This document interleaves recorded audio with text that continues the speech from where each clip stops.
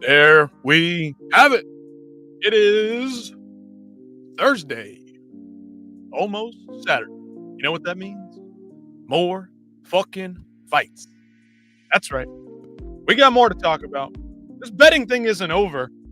And ladies and gentlemen, we may or may not have found out that this alleged reporter, this alleged warrior for victory,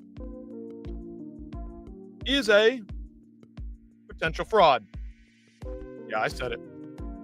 Yes, I said it. Because I'm very, very disappointed in this guy. Now, can a broken clock be right twice a day? Yes. That's how a broken clock works. It sits on a certain time, and eventually it does come to be that time. In a 12-hour clock. This guy, Harry Mack, again, seems to be doing some good work, but it's falling a bit flat. Now, we'll get into this, but I don't have time to look at this stuff all day. This isn't my job. This is what I do in my free time. So I'm here with you now. And we're going to learn this live, and we're going to figure this out live. We're not going to beat around the bush. We're not going to mess around. We're going to do the damn thing right here, right now in front of you. So I've got a live show. We're not fucking around. And I'm tired of it. Because this does put a damper on the sport.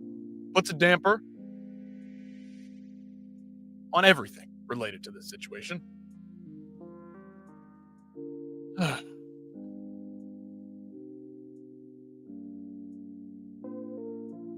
I like this tweet over on the side here. Harry Mack has alleged that earlier this morning that Factory X was raided by the FBI. As it turns out, this is not true. And I really do enjoy, if you can see my cursor, see my mouse, Aniki MMA. Don't really know much about him. I've seen him pop up here and there on the Twitter feed. This might be a bit of a hassle to do, Harry Mack, but if you happen to have security cameras of the footage of the gym's entrance, you could demonstrate this rumor to be 100% false beyond a shadow of a doubt. The masses know it's not Montoya, but there's a clear pattern of poor culture among Accelerated Iridium-repped fighters who happen to train in your facility. It's not the first time today that I've heard about at least 2 fighters from Factory X getting questioned by authorities. I feel for you all who are unbeknownst pawns in this shit mess of a scandal. Yes, there are not only fighters that fight professionally in MMA or in the UFC that go to Factory X. Okay? Factory X, their official statement on this whole thing. There's been a false report circulating that Factory X has been raided by the FBI following the events of last weekend's UFC event. This is not true. The allegations that our gym had or has had any sort of involvement in fight fixing last weekend or ever is both devastating and heartbreaking. This is a family-owned gym that has been in good standing in our community for over 15 years. We unequivocally stand by our innocence, and at this point, we would welcome a visit from the FBI as we have absolutely nothing to hide. We understand and accept it is human nature to form opinions from the outside looking in, given the available information. We have no doubt, and the truth will prevail, justice will be served, and our good name will be restored. Until then, we welcome your prayers for our strength and peace. Okay, good, solid statement there by Factory X. Seems to check out. I don't know why they would lie about being raided by the FBI. Somebody out there would say otherwise. Of course, earlier this week, Coach Mark Montoya spoke about his ties and the relationship with the gym and Isaac Dolgarian and everything about that and in between. We'll let you listen for yourselves because I do think I believe this guy. For the most part, I feel like he's being pretty transparent, pretty trustworthy. And you can feel the emotion welling up within him, giving this little speech, this little statement here. I'm here because I want to, first and foremost, just make sure that we clear the air. You know, my gym is being attacked, my integrity is being attacked, and I just want to first and foremost say we have nothing to do with any of these allegations that are being brought upon us. People have asked me what my opinions are. To speculate right now is not my job. You know, my job is to right now continue to lead and not react. And with that said, we as a team, myself as a person, I've never been involved in any type of betting format. I've actually never even placed a sports bet in my entire life. I couldn't tell you how to do it. And so, my job has always been to train these guys to fight and win, train these guys to win in life. And those are my two jobs. And so, I take that very seriously. And this is my life's work. And you can bet your ass that I would never, for any sort of money, I would never sell my integrity or my word, because in life, that's all you have. You have one thing. All these worldly things that we look at, the cars, the houses, the money, all those things, those are worldly man-made things. And, we go and we leave ourselves with one thing when we leave this earth, and that's our integrity and our word. And you couldn't pay me any amount of money to get rid of that. And so I just want to start by saying that it's a very unfortunate situation. It's still unfolding. And, I'm just not here to speculate. I'm here to speak facts. I'm here. Good stuff by Mark Montoya. I feel the emotion. I feel the sincereness radiating off him. Of course, you never know. Could still be lying. Still could be some crazy conspiracy. But I'm seeing through the facade. And that facade comes in the form of the reporter who seems to have broken all this stuff. But I do hesitate to call him a reporter. This motherfucker is a fraud. In my opinion, this guy's a fraud. Like I said, I opened up the show. I said a broken clock can be right 2 times a day. This guy doesn't know what he's doing. He's connected well within the fight game. And I feel like he has some kind of axe to grind against the UFC and other, regional areas, regional promotions. I don't know what's going on here. Says he works in fight promotions even. There's something very odd going on here. And I don't understand his attack now on this statement. When I'm innocent and battling corruption allegations, I always invoke religion and calls for prayer and unity. If we want to get technical, perhaps raid was the wrong choice of words here. But the FBI conducted interviews and collected cell phone data from Factory X fighters. Harry Mack, you are not a YouTube channel titled The Hardcore Hater, who is a bullshitter and a fucking character on YouTube. I don't try to play much of a character, but I do clickbait shit. I do. I have to do it. Hard cock hater. Oh, we hate all of the hard cocks here. I hate on them all. Harry Mack in specific. Western Mass.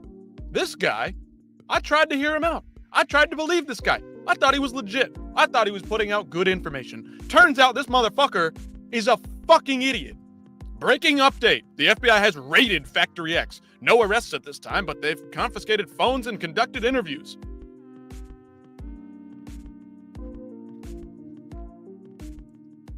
You're just making this shit up. Left Lane MMA. I don't know who that is.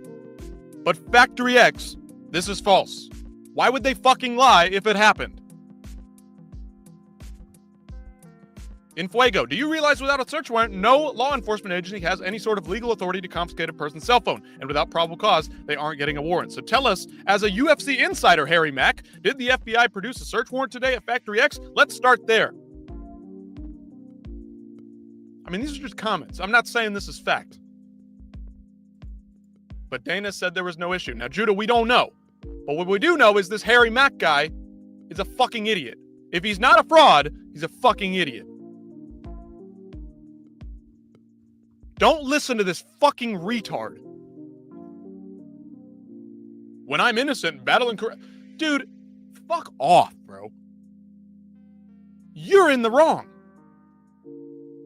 What is the definition of raided? You're not running a YouTube channel. You're trying to be looked at as a journalist with integrity, a trustworthy journalist.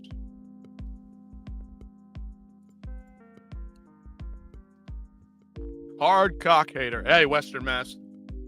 That's us. That's us, man. We can play into the jokes. Can you explain what's happening? I'm not informed. Judah, well, the whole betting scandal broke out, of course. As you know, Dana White, came out and did a whole message. Sorry, I'm not sharing my screen properly. This is on me. Okay, look. Dana White, the whole betting scandal went down, right? Isaac Dolgarian seems to have thrown the fight, seemed to have fixed the fight. That's what it looks like. We don't know for sure. Again, his purse has been taken, potential fixed fight. He got released the day after. The purse was withheld. Just kidding, it was an intentional joke. Oh yeah, we know, Western Mass. We know. We understand the humor here. No purse. We saw all this stuff. Judah, we saw the line drop. It dropped a little bit over the course of the week. This drop is normal. It's the problem here, right at the end, where it drops off a cliff. Okay, that's where the betting line gets a little suspicious. Of course, we find out that James Krause, the guy who recently, or 2-3 years ago, I say recently, but it's been a long time watching MMA. It's been a couple years, but James Krause was tied into this other betting scandal with Derek Minner, in which Derek Minner came into the fight with an injury, didn't disclose this to anybody except for some people that were betting on the fight. They figured all this stuff out. There's been no real conviction criminally. Also, Isaac Dolgarian speaking the week of the fight. Hey, I said don't bet on me unless you're paying me some percentage. I'm doing all the work. That's how I feel about it. Back that up one more time. Listen to this closely. Hey, I said don't bet on me unless you're paying me some percentage. I'm doing all the work. That's how I feel. Don't bet on me unless you're paying me a percentage of that work. Of course, then we found out Mark Montoya. He says he had nothing to do with it, says he doesn't know. I trust him. Feel like he gave a pretty emotional interview here with Ariel Helwani. Very upset, very hurt by this. Other fighters came out and admitted that they've been contacted or run into in person by people who are asking them to throw fights. We can get into that as well in a little bit if you're still wondering. For Judah, anybody out there who doesn't know, Lando Venata is the only one that might have some kind of an exception here. It's kind of a little bit funny. He's got 7 losses, and he specifically references his record. The others have since deleted these comments, tweets, whatever they were, walked it back, said, "Oh no, I was just joking. It wasn't real. I'm just kidding." Edgar Chairez, of course, flyweight. He also mentioned that he was approached in some way. Do I think that he threw it? It sure as hell looks like it. It sure as hell looks like it. And he even told Dana White and everybody else involved that he was not going to do anything. Now, I don't know why they believed him, but he said this. And they may have just been luring him into a trap. Like, okay, are you going to do this? Is anything wrong? Because, and you know Dana, and again, I don't trust everything that Dana says, but you know that Dana probably went to him and said, hey, there's some line movement on here. This seems very suspicious. Did you tell anybody anything? Are you sick? Are you injured? Blah, blah, blah, blah, blah. Because if you are, and something goes down, and there's a first-round finish, because that's where all the money's coming in on, your opponent to get a first-round finish, even though you're a strong first-round fighter, Dana White, he's probably telling him, like, we are going to fuck you up if you go through with this. If this happens, you're fucked. You're done. That's probably how Dana addressed this entire situation. If he was in the room. Harry Mack claims that only Hunter Campbell was, but I don't know. Don't know the specifics. Okay. So we backtrack just a little bit. Here's what Dana had to say on the whole thing. And again, some of you may already have heard this. Some may already know this. But for Judah, maybe not caught up on the whole thing, we'll go over it again. We're with a company called IC360, and they are the best bet monitoring company in the business. And they reached out to us and they told us that there was some unusual action going on with that fight. Do we know anything? We called the fighter and his lawyer. What's going on? There's some weird action going on in your fight. Do you owe anybody money? And the kid said, no, absolutely not. The fight plays out, first round finish. Literally the first thing we did was call the FBI. I've met with the FBI twice today. That's the whole thing. Now you see people out there talking, oh, there's hundreds of fights under it. It's total bullshit. IC360, our company, they monitor all of the betting. There aren't hundreds of fights being investigated. All clickbait BS. We're watching every single fight that happens in the UFC, from the first prelim to the... Okay, so that's the gist of the statement, talking about the fight, talking about what's going on here. And it seems like Harry Mack was reporting some good stuff earlier in the week, or so we thought, because Ariel Helwani gave him a shout out, blah, blah, blah. He's been getting into it with Jason Herzog on Twitter, but I don't really know if this is Jason Herzog. I'm not sure if this is actually Jason Herzog. Nobody seems to be able to confirm that. Of course, Rainier DeRitter has a famous fake Twitter account as well. It's a fucking disaster. This guy is getting fucked up the ass right now. Harry Mack is an absolute fucking fraud. I really, really am having a hard time seeing otherwise.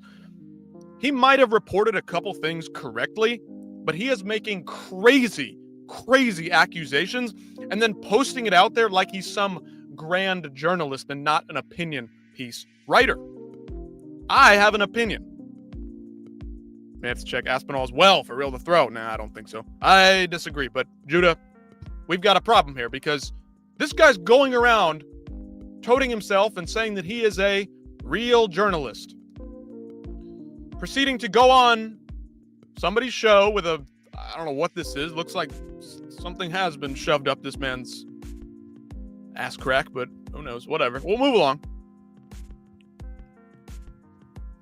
He seems like he's going all out on this is the UFC's problem. This is these coaches and managers and blah, blah, blah. Like, Isaac Dolgarian's getting swept up in this like he doesn't matter, even though he was the one involved in the fight. The guy who had money on his mind the entire week. Harry Mack is a fraud. And we'll take you right to it. The last thing that I saw, or at least this morning again, the FBI has raided Factory X. What is the definition of raided? Anybody in the chat? Let me know. I'm asking you. Let's participate. Let's get a little bit of audience participation here. What is the definition of raided? Or what do you think of when you hear the word raided? Because it is not what happened. Otherwise, this guy would seemingly have proof that it was, and he does not. This is not the first time that his timelines or his specifics have not lined up. He claimed that the FBI monitors all these fights. They do not. They are monitoring or using IC360. If IC360 or some of these other sports books flag something as suspicious, they then send that to the UFC, to the FBI, wherever it goes. How do you definitively prove this, though? Prove what? Prove it is possible. How do you definitively prove this, though? Is it possible? It's possible they were raided, but Factory X gives a statement. Why would the Factory X account say they weren't raided? They're not out in the middle of the woods with two people in the gym. If this was raided in the middle of the day, there was classes going on. 10, 20, maybe 50 or 100 people in and around that, I don't know, city block, town block, whatever you want to call it. And nobody saw this? Nobody's saying otherwise? Is there a way to prove it? The raid? Nope. He even admits, he basically walks it back and says that they're wrong for saying prayers. This guy's clearly not a religious man. And he's got something out for the religious. I can feel it radiating off of him. And again, I don't care what your race, creed, color is, what you believe in. You're all welcome here. We're just chatting. We're just having fun. We're talking about this stuff. This motherfucker seems to have some real bias when it comes to anybody saying the word prayer and strength and peace. I mean, fuck off, dude. You fucked up. You made the mistake. Perhaps raid was the wrong choice of words. What the fuck else were you supposed to... What did you mean by raid, bro? That's not a typo. It's not a mistake. You meant what you said. You meant what you said. There's no ifs, ands, or buts about it. This motherfucker is a clickbaiter. He's not a real journalist. He's trying to say that he is. He's not. Now, if he was just an opinion guy, got no problem with it. He can do what he wants. If he's got connections, he wants to make things unprofessional and off the record, go for it. He said that he talked to Jason House, the manager of Iridium Sports. Ariel Helwani, one of the top journalists with a fairly high level of integrity when it comes to reporting things in the journalism realm. Now, as a person, a little bit shady, shifty there, a little bit of a snaky guy, but if he's going to put something out there that has his name behind it, it's going to be legit. Okay? Been doing this for a long fucking time. He couldn't get Jason House, the manager of Iridium Sports, to come on his show or to even speak with him. But this Harry Mack motherfucker got him? There's no proof. There's no audio recording of a phone call. I just spoke to Jason House and he told me this and he told me that. How the fuck are we supposed to believe you? You're supposed to be some kind of journalist. You see why I'm not a journalist? Because I'm stupid. I can't even pronounce my words properly. I can't even get the words out properly. I'm just asking questions, trying to figure this shit out. And this fucker is throwing a huge wrench in this whole fucking deal. He is causing major problems because people are running with this like it is gospel. Judah, well said. Harry Mack, full of bullshit. Again, a broken clock can be right twice a day, okay? He got it right. Something was going on with the Bulgarian thing, blah, blah, blah, blah, blah. Ariel Helwani gave him his props. He has then been running around town saying, well, Ariel Helwani gave me props. He said I was a real journalist, so now I'm a real journalist, and I can say whatever I want. No. You got one thing right. You got one thing right. He also claims that Jason Herzog was being audited. He's being audited. How is this man going to referee this weekend then? If he's being audited and watched by the FBI, how are they allowing him to referee a fight? If his fights are being audited, how is he allowed to referee another fight and potentially put somebody in danger again or potentially fix a fight again? If that's true, why is he refereeing again? You're fucking lying, or you're making something up, or your one source isn't as reliable as you think they are. You need two sources to confirm information. Okay? Why do you think Ariel Helwani didn't just walk right out with this stuff on Saturday night? One of the best, most well-connected guys in the business. Because he needed a second source. He had to confirm it. That's journalism 101. And this dumbass is not doing any of that shit. Well, he's got a buddy who works at the Pizza Hut across the street from Factory X who said, hey, man, I just saw an FBI officer walk into the... No. There's no way that Factory X, a gym, I mean, we can go pull up fucking Google Maps if you want. There's no way that nobody on the street saw a giant FBI raid go down. And none of the fighters involved in the gym have said otherwise. Like, fuck off, dude. And then, blah, blah, blah. When I'm innocent and battling corruptions, I always invoke religion and calls for prayer and unity. Yes, because somebody in their gym has potentially fucked them over. And they're getting lambasted for it by you, motherfucker. Who the fuck are you? This is a gym full of normal people going about their everyday life. You have no relation to them. And you are causing them hell by saying bullshit, by putting out fake news.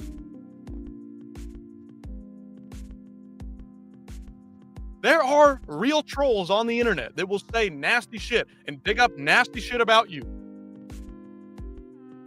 There's probably some fucking weirdos that are going to Mark Montoya on Twitter, social media, I don't know, saying some weird shit, man. I don't know what's going on. Maybe it's not physical harm, but it's probably internet torment. All of them should be removed. What do you mean by that? All the trolls? All the trolls? I mean, I wish. But the trolls can be fun, especially for us here. I mean, we're just chatting shit. Judah, I mean, I think your Aspinall comment was a bit trolly, but that's okay. You're welcome here. I'm not shooing you away. We can debate and have fun. I'm sorry.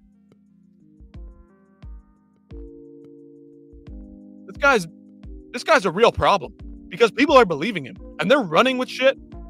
The MMA Draw newsletter, the Bureau moving in. Behind the scenes, two sources from the FBI's Integrity Task Force has been tracking suspicious betting activity in combat sports since 2021. Years before the Krause scandal broke the surface. Well, years? That was 1 year. Years? 1 year? What started as a few isolated cases will evolve into a full-scale federal audit. Agents will now comb through every layer of the UFC ecosystem, referees, judges, matchmakers, and managers to determine whether any non-fighter personnel may have benefited from manipulated outcomes. Over the next 6 months, the Bureau will issue subpoenas for sportsbooks data, commission correspondence, and UFC internal communications. Investigators will cross-reference referee assignments with line movements, studying whether officiating decisions consistently align with betting anomalies. Okay. I'm curious where this information comes from. How do you know that? Look at how long it's taken for this James Krause shit to go down. It's 3 years and nothing has really fucking happened. A couple minor suspensions of fighters. James Krause isn't allowed to coach or ref or do anything with the UFC. Even if Harry Mack is correct, even if he's correct, I fucking hate the ego on it. Captain Ralph Fuccio. He's got a pretty big channel, pretty big following. 1,000 or a couple thousand on here. feel like he's a pretty trustworthy guy because he cares about the sport. He cares about what he's doing. He doesn't have some crazy big ego. He talks to the people, enjoys what he's doing, and shout out to him. Go check him out. Go like, share, comment, subscribe. Do the whole thing over there for him, man. Just a small-time guy trying to make his way. This is a small-time guy, Harry Mack, with a big fucking ego. And it's a big fucking problem. Tassie Devil. I watched that dickhead on Ariel's show yesterday. Seems like he's full of shit. Who we talking about? Harry Mack? Mark Montoya? Who was on Ariel's show yesterday? Tassie Devil. Let me know. Welcome in. What's your profile picture here? Looks like a bird. Anyway, let me know what you mean. Not sure the specifics of it. Harry Mack? I think so too. Now, again, Tassie Devil. I was trying to hear this guy out, and I think he was probably correct on a couple of things. But again, the whole Jason Herzog thing. The FBI is auditing all of Jason Herzog's fight over the last year. Well, why is he going to referee on Saturday then? Why is he going to be a referee then if he's being audited? Please, somebody tell me how this guy's going to referee if they're auditing his fights. Wouldn't they just suspend him for a certain amount of time? I mean, it's Thursday. He might be refereeing tonight somewhere. I don't know. Also, FBI raided Factory X? Doesn't seem like it. And again, whether you guys are religious or not, what the fuck is wrong with asking for prayers, strength, and peace when your gym is getting lambasted by retards online that have been set upon them by Harry Mack saying that they're raided? You made a mistake and then you blame it on the other person. Fuck you, motherfucker. Please. Who are you? Who do you think you are? What is his ego? Man? He went on Submission Radio and I felt like it was pretty whatever. He's kind of seems like a goofy guy. Maybe I'd get along with him in real life. Outside of this bullshit, maybe not. But he's got shirts all over the place and his room just looks like a mess. And I'm supposed to be like, yeah, this is a real trustworthy guy. Very much integrity first. Now, again, he's got a long grown out beard. I mean, mine's scruffy. Like, I don't keep up with this shit every day. I don't take the best care of my hair. I'm not the best looking guy. But like, take care of yourself, man. And again, that's not to disparage him at all. It just makes some people take a step back and be like, wait a minute, you're supposed to be some like buttoned up, integrity first journalist, trustworthy, and you look like a fucking disaster? Again, no disrespect to the guy personally. It's just from the outset. Some people might look at that and go, what the fuck? What the hell's going on here? The FBI raided Factory X. No arrests. Do they have a warrant? Again, the comments. Some of them agree, some of them don't. Correction, it was Submission Radio. I watched them. Yep. We watched it yesterday. I mean, we can pull it up again, Tassie Devil. If you got certain parts of it that you think are problematic, drop them in the comments. I was watching it live last night and it was getting a bit late, so I wasn't keeping up with the timestamps. I don't have enough time to go back and find the timestamps. Unfortunately, I don't get paid for this. This isn't my job. This is just for fun. Anyway, Factory X. This is false. Why? How would they say that? If they're lying, how would they be able to say that? Englewood, Colorado. It's not out in the middle of the fucking mountains. God damn, man.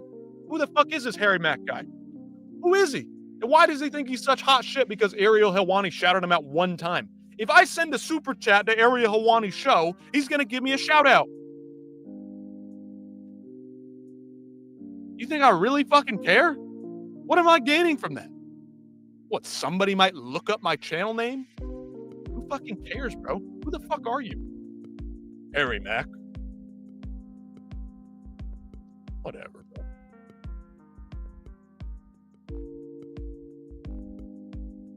Just goofball shit, man. Now, there's a guy that I also found on Twitter recently. All I do is UFC. Name goes by the name of Joe. I don't know. Again, same thing with him. I don't trust this guy 100%, but he seems to be fairly honest. Harry trying to stand on his bullshit, hoping Jason will back down and not sue him for defamation. Harry Mack face news. And again, I don't even know if this Herzog count is real or not. I don't really know. I mean, again, Renier de Ritter has a pretty popular fake Twitter account. He's trying to peddle generic information as inside information. Joe seems pretty well studied. Again, where's he coming from? Where do his biases lie? I don't quite know. But yeah, this was also earlier. My understanding of the Dolgarian Nelk Boys connections. Isaac won the sponsorship on looking for a fight. Nelk tried to claim the sponsorship deal was a management contract. As far as I'm aware, Steve Will Do It kept Isaac on the payroll at around 6 to 7,000 per K a month for about 6 months. Now he's saying that this is what he's found in his reportings, but that's shit that we all already knew. Harry Mack is not an insider. He just asked Grok and regurgitates it in short form. Go ask Grok what the connection is between Isaac Dolgarian and the Nelk Boys for yourself. You will get the long version of Harry's answer. Harry Mack says 6 to 7,000 per month for about 6 months. Grok says 6 to 7,000 for about 6 months. Fake reporter, fake news, fake Harry Mack. Yikes. All right. Again, this dude, this Harry Mack guy, is just muddying the waters. Get out of the way for people who need to ask real questions to do their work. Get out of the fucking way. Get out of the way.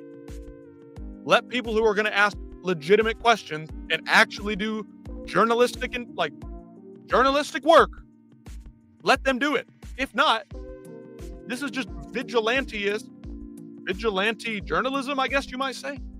If I could ever find the right words. He's just some vigilante, standalone dude who's got nothing to answer for. He has nothing and nobody to answer for. And he's causing problems. Again, he's probably got a couple things that are right. Probably done a couple good things. Probably checked with more than one source on a couple of things. But it's like the more and more shit that he churns out there, it's incorrect. Or it's half untrue. Or it's bullshit. He's just trying to keep his name relevant.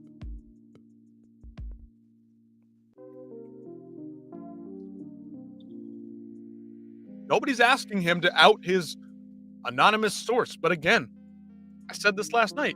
You can infer that his source was a training partner or somebody in the corner of Isaac Dolgarian. Otherwise, there's no fucking way that he actually knew all that shit.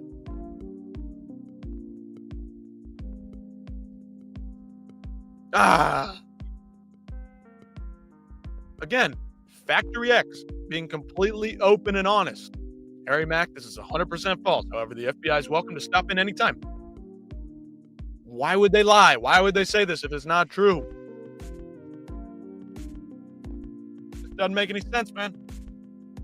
I don't get it. I don't get it. Anyway, what's going on out there in chat? Jazzy Devil's been active. Judah was in here for a bit. Ralfuccio came in. Western Mass popped in for a bit. We've been going for a bit now. About a half an hour. Having a good time. Mostly just been me yapping.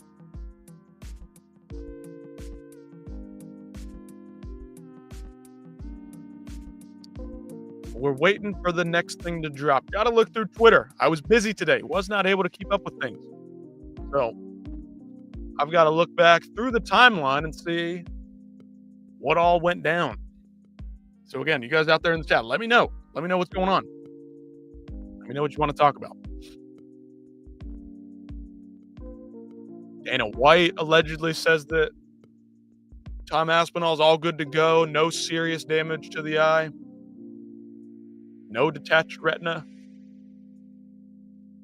Not sure how he knows that, but hopefully they've been in good contact, close contact.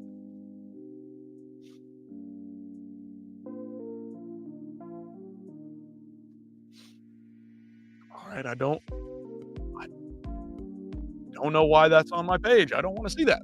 It's not cool. All right, what else we got? What else we got out there? Scrolling. I don't see much.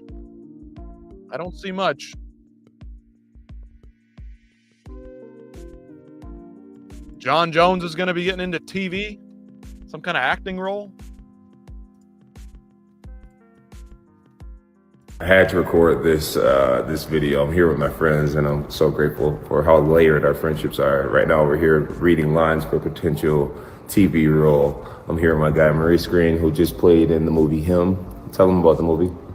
I played Malik in the second one. You're gonna have to watch the movie to find out. Where can they find it? You can find it. Go ahead and rent it on Apple TV, Amazon Prime. It was produced by Monkey Paw Productions, directed by Justin Tipping, starring Marlon Wayans, Julia Fox, and Tariq. So sick. And then I got my guy Romo, great photographer and friend, also reading lines. What's up, guys? Let's go. So if you're wondering why I have no facial hair. Bro, this guy.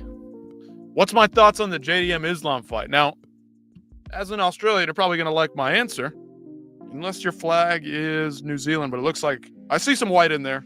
I'm looking a long way away on a shitty little screen. Looks like an Aussie plus Tasmanian devil. Dude, I think JDM, he's got a real chance. Now, I think Islam is the better mixed martial artist, technically speaking. But Jack Della Madalena's got some pop in those hands. You know what I'm saying? He is scrappy. He fights hard. Islam Makhachev, how many times has he really been put through serious adversity? Jack Della Maddalena breaks his arm in the first round against Gilbert Burns. He's down 2 rounds to 1, 3 rounds to 0. Comes back in the 3rd round, gets a fucking finish. With a broken arm, throwing both hands. Gets that knee. Dude, listen, I want Islam Makhachev to achieve that GOAT status. Aussie, mate. I got you. I figured it out. But man, I gotta go. Something weird. Now, I get these like weird feelings about certain fights. Now, to me, this is a pick 'em. I'm like 50-50 on this one. You know what I'm saying? I think Islam's the better overall fighter, well-rounded. He's got everything. Great submissions. Great wrestling. Great trips. Good striking. Good fundamental striking. But Jack's got that pop in the hands, and he's real fucking scrappy. He'll go to fucking war with you. I mean, look at his fucking nose. All the way on the other side of his face. He looks like a motherfucker who has been beat down over the course of his life. In the gym, in the streets, wherever. I have a weird feeling, and again, I want Islam Makhachev to win, in a sense. But I also want Jack Della Maddalena to pull off the upset, because fuck yeah, that'd be awesome. I'm gonna be sweating bullets because I just want to see a good fight. I just want to see a good finish. But I have a weird feeling, Tassie Devil. I got a weird feeling that Jack Della Maddalena is gonna get it done. Against my better judgment, I think that dude's gonna get it done. I get butterflies thinking about it. Because I think it's 50-50 and I have no idea who's gonna win it.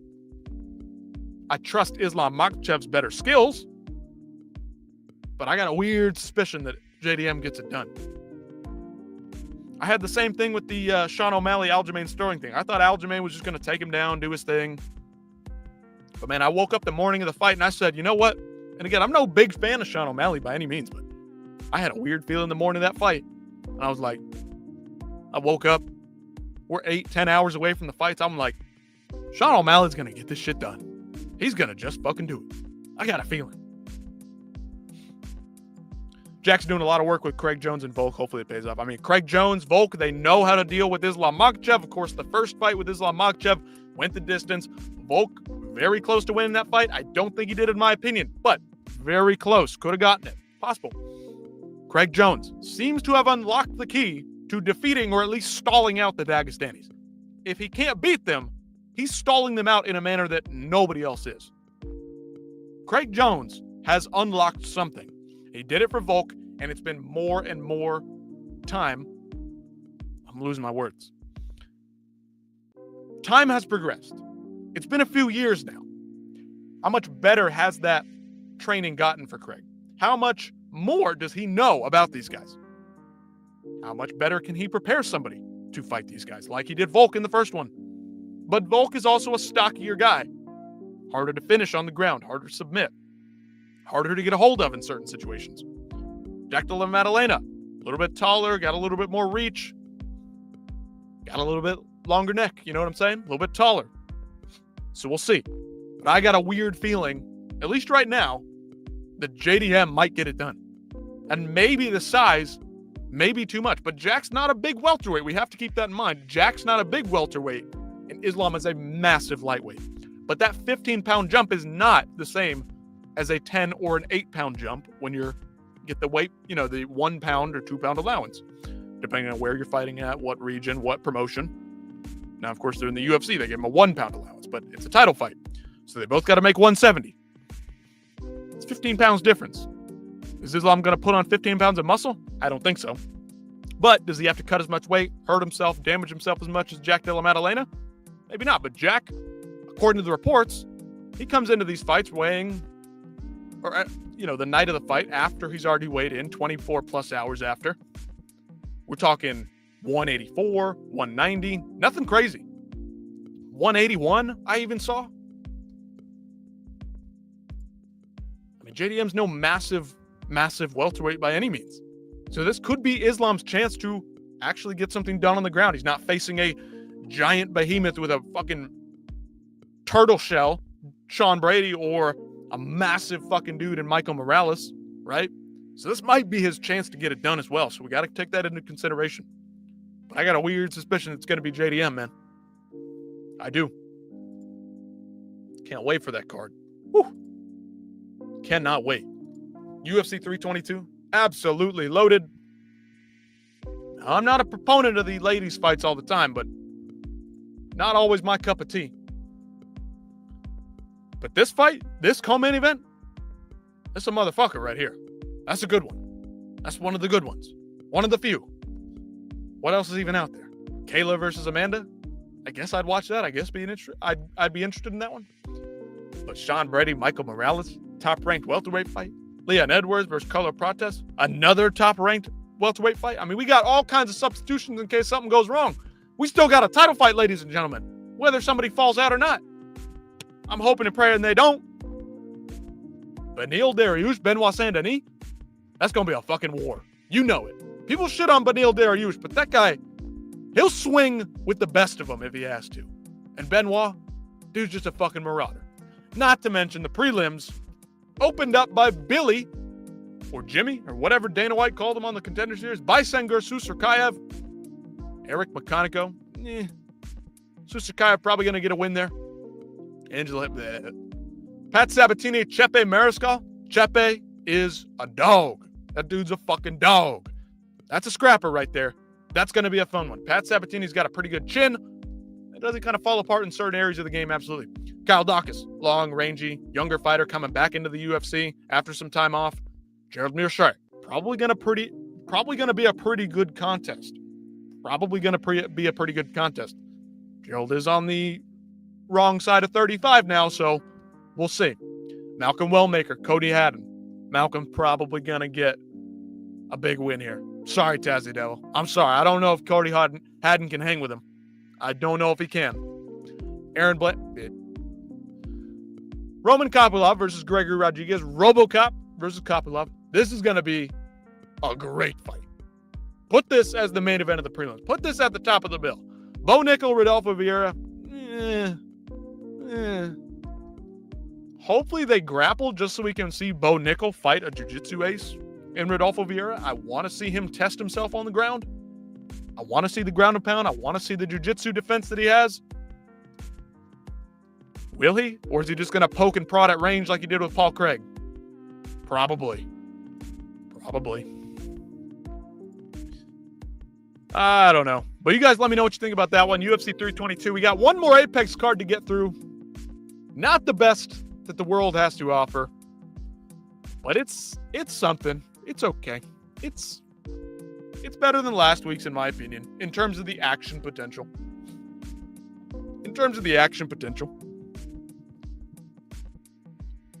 Hopefully we don't have another betting scandal on our hands. But we can take a look at this weekend as well.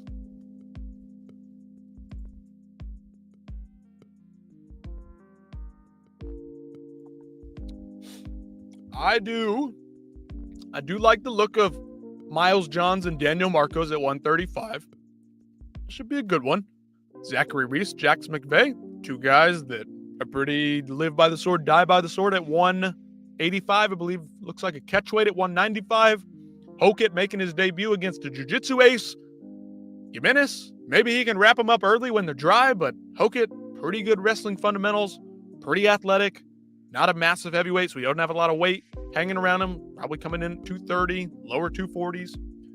Ricky Simone coming off a big knockout against Raoni Barcelos. He may just do it again. Barcelos can get caught in the stand-up. Ricky Simone's got pretty good wrestling himself, so I'm not sure if Barcelos is going to be able to take him down as easily as he did Peyton Talbot, for example. Hyder Emil Jamal Emmers. That's a good one at 145. Hyder Emil, he's a hot prospect still, even coming off that loss. I mean, huge knockout loss to Jose Delgado last time out. I'm not high on the guy in terms of skills, but he just seems like a tough motherfucker. He just seems tough. Outside of that knockout, Jamal Emmers I do view as the more... what's the right word? I don't know the right word. He just seems like he's been through more... He can put together a combination better. You know what I'm saying? Like, this guy can do better work on the feet. Hyder Emil's kind of just a bruiser, kind of a marauder, brawler type. Jamal Emmers can be a little slicker than that. He might be able to catch him at some point, but that one's probably going to be a pretty good fight. Probably going to be a pretty good back and forth. And again, I haven't done any tape study on these guys. I don't even remember Padilla's first name, to be honest with you. Is it Christian Padilla? Chris Padilla sounds right, but I could be wrong. Anyway, Christian Leroy Duncan, the tactician, versus Marco Tulio, the marauder, the guy with power in both hands. This is going to be a fucking war. This is going to be good. It's going to be fun. Going to be technical if Christian Leroy Duncan has to avoid all that power coming after him, all that pressure coming after him. Can he avoid it? Can he overcome it? And can he fight through it? Christian Leroy Duncan is going to get this fight taken right to him. Ismael Bonfim versus Chris Padilla. Ismael Bonfim, again, another guy kind of live by the sword, die by the sword. He's playing it a little safe as of late. That's Mr. Dumont to you. He's going to smash Christian Leroy Duncan. I personally hope so. I think Christian Leroy Duncan RX is pretty damn good. But Marco Tulio, of course, he's got that power in his hands. I don't know where he gets it from. Maybe Mr. Dumont is going to get this shit done in the first round. Maybe so. Muslim Salikov, Uros Medic. That's going to be a fun one. There's a lot of guys that are kind of like live by the sword, die by the sword. I'm going to go out no matter what. We're going to have a fun scrap. We're going to get after it early and often. Ricky Simone, Barcelos on the prelims is a crime. Should be co-main event. I mean, I personally, you already know what I'm rolling with, RX. We're putting Tisha Torres versus, I don't even know her name, Gomez. Yasmin? No, I don't fucking know. I don't care. Like, you see how little I care about these ladies fights? We're putting this co-main event. I mean, Tisha Torres was a former top 5 strawweight at one point. No, I'm dead serious. This should be, I think Christian Leroy Duncan and Tulio could be co-main event. Just for the spotlight of the sake, because they're two younger guys on the come up, potential contenders right outside the rankings. I think that should be the co-main event. Salikov, good spot in the third. I think Simone Barcelos easily bumps into the fourth or the third, really. Don't disagree. Worst fight on the card is co-main. Buyer the card. Yeah, I don't know, man. I don't know what they're doing, RX. I don't know. I mean, Miles Johns and Daniel Marcos below the ladies.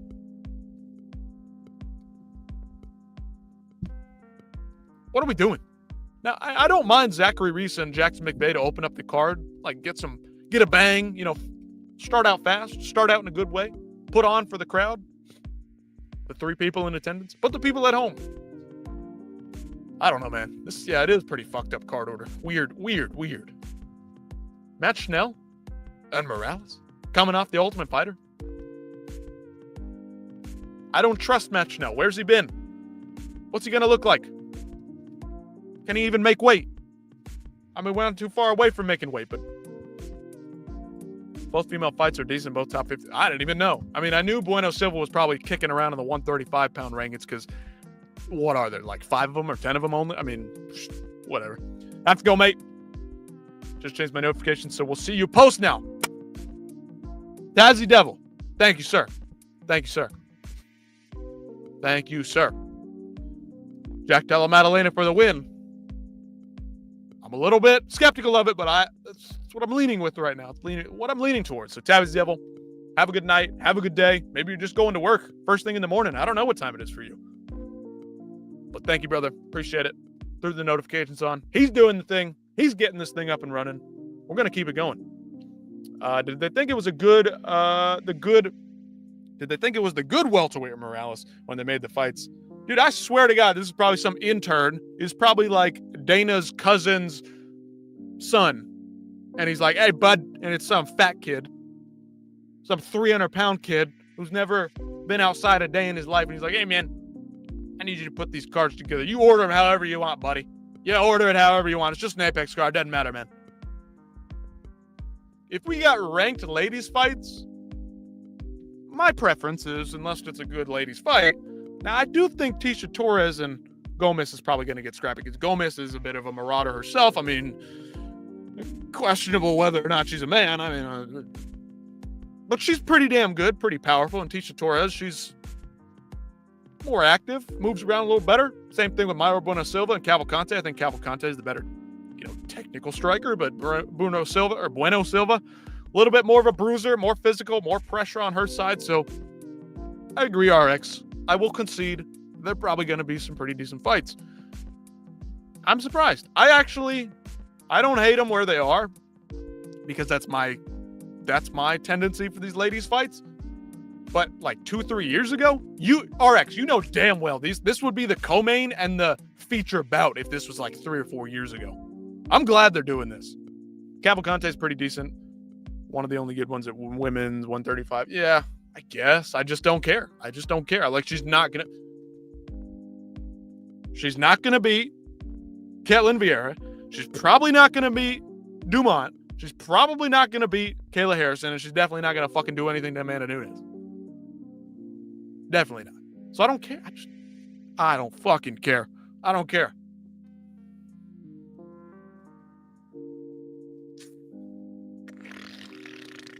Anyway. Yeah, I don't know. I don't trust Matt Schnell right now. And Bonfim and Randy Brown, they went from overplacing the female fights to underplacing them. Well said. Couldn't have said it better myself. I'm gonna have to miss this one, but you know what? I'll probably hop on here and rewatch them because I'm not doing anything else after work. That's this weekend's card. Again, I don't have time to do tape study, but it's just whatever's flying off the tongue. Hokit. He makes people really mad, and I don't really care. People are gonna say stupid shit. Who fuck it? Like, get over yourself. He sounds retarded, but maybe he'll gain some kind of interest. It's actually a decent card Saturday. Order sucks, but it should be fine. That was tough. Losing Yanez sucks. Oof. That was a rough one. I was looking forward to that fight too. I think RX better fight card than last week. Better card than last week, in my opinion. From top to bottom. The two to kick it off are going to be pretty good, I think. Why didn't they call Moutinho to fight Yanez? Well, Yanez was going to turn down the prospect they were trying to offer him anyway. Said it wasn't smart. He needed to get back in the win column. People are saying that they love that. He's been out for a long time. I don't love that at all for him. That's a bad move, bro. They had a replacement lined up. It wasn't Moutinho, unfortunately, but 100%. I was saying last week that the card this week is better on paper. I doubt it's going to be worse than whatever last week was. Yeah, last week, everybody was like, oh, it's so great. We had 7 or 8 submissions. I didn't really care, man. The fights just didn't matter. I'm all for a good fight, but they kind of just, it was a bunch of nothing, and then somebody pulled a submission out of nowhere. The fights had me falling asleep, and then they'd get hit. Somebody would hit a submission. That's not that, like, it's like some heavyweight accidentally backhanding somebody and knocking him out.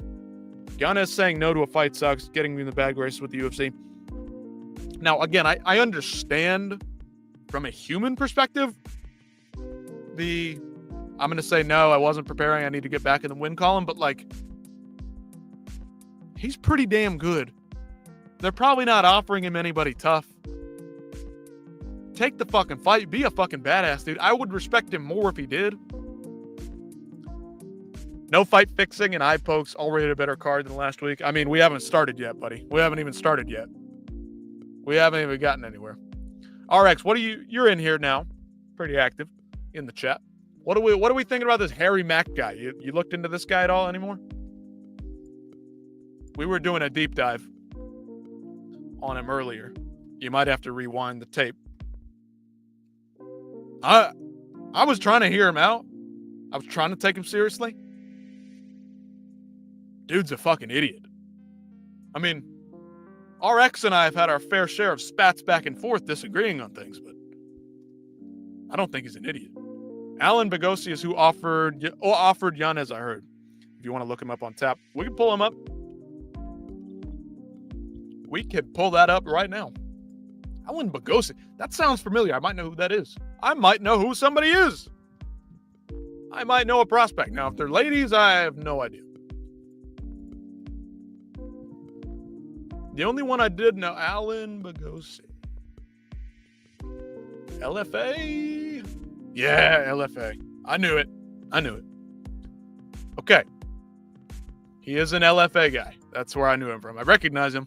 9-3-1. Alan Mini Bogoso.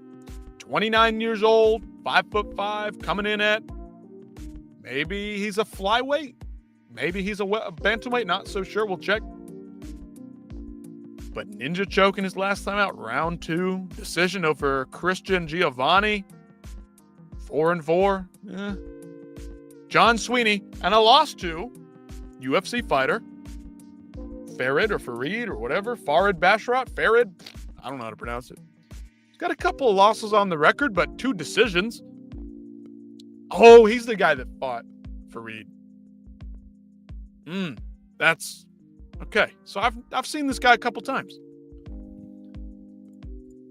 I don't know why Yanez would say no to what would probably be a layup. It seems like it. I don't think this guy's like a fucking bum. If I recognize him, he's probably not that bad, even though he's taken a couple losses. But I mean, he's lost to Farid Basharat, who Adrian Yanez could arguably do pretty well against, if not win it by striking on the feet. But Farid and what's the other one? Javid, they're very smart fighters, so they're not the most fun to watch, but they're very smart. They do mix the martial arts pretty well. So I don't know if Adrian Yanez could beat him at this point, but he could. I think he's got a good chance against a Farid. And he's lost to him. But this guy's not super active either. Like, he's got a fight back in May. But before that, 2023? I don't know, man. Yanez is top 30, 135er, can beat a lot of guys, but can't be the top guys. I agree. I think he's on a bit of a bad skid right now. I mean, who did he lose to last time out? Sorry for the scrolling. 17-6. He's 31. Got a lot of knockouts. He's very fun to watch. Yeah, Daniel Marcos. Daniel Marcos beats him, right? And then Daniel Marcos is way down low on the card. You see what we're getting at here? It's probably just me and RX. Is Harry a fraud? Productions. It looks that way, my friend. You got to rewind the tape. You got to rewind the tape, Productions. I don't know if I want to get into all that again. I was fucking screaming my head off. He might have won that Marcos fight. That was pretty close if I do believe so, but maybe I'm fucking wrong. Dude, maybe you're trolling me. I don't know.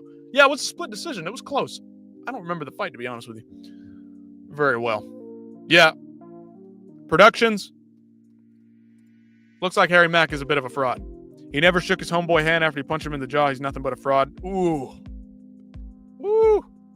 Getting down and dirty. Yeah, this guy said that,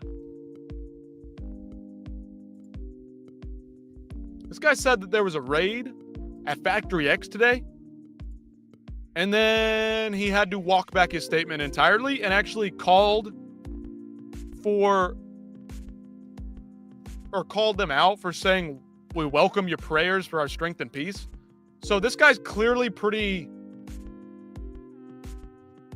if I do say so myself, seems pretty anti-religion, seems pretty anti-whatever.